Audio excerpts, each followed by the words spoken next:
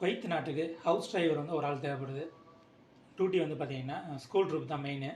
School ட்ரிப்புக்கு வந்து குழந்தைங்கள கூட்டிகிட்டு வரணும். இதுதான் வந்து மெயின் டியூட்டி. சம்பளம் வந்து பார்த்திங்கன்னா 120 தினார் சம்பளம். ரூம் கொடுத்துருவாங்க. 120 தினார் சம்பளம் கொடுத்துருவாங்க.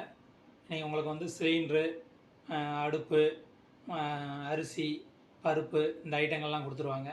காய்கறிகள் மட்டும் வாங்கி நீங்கள் சமைச்சு சாப்பிட்டுக்கிறணும். மற்ற எல்லாமே கொடுத்துருவாங்க. காய்கறிகள் மட்டும் நீங்கள் வாங்கிக்கிறணும்.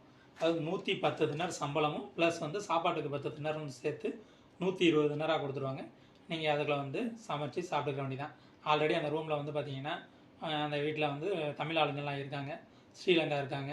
ஸோ எல்லாருமே வந்து சமைச்சு தான் சாப்பிட்டுக்கிட்டு இருக்காங்க. ஒரு ரூமுக்கு 3 பேர் 4 பேருன்னு இருக்காங்க. ஸோ அதில் தான் நீங்களும் வந்து ஸ்டே பண்ணுற மாதிரி இருக்கும். ரூம்லாம் ஃபெசிலிட்டிலாம் ரொம்ப அருமையாக இருக்குது. ஒன்றும் பிரச்சனை கிடையாது. இந்த வேலைக்கு வந்து பார்த்திங்கன்னா வயசு வந்து 25லேருந்து ஒரு 35க்குள்ளே இருக்கணும். ஒரு 10th வரைக்காச்சும் அட்லீஸ்ட் நீங்கள் படிச்சிருக்கணும். கூகுள் மேப்பு கொடுத்துட்டாங்க, லொக்கேஷன் கொடுத்துட்டாங்க அப்படின்னா அந்த மேப்பை பார்த்துட்டு போயிட்டு வர தெரியணும். வண்டி வந்து நல்லா தெளிவாக ஓட்ட தெரிஞ்சிருக்கணும்.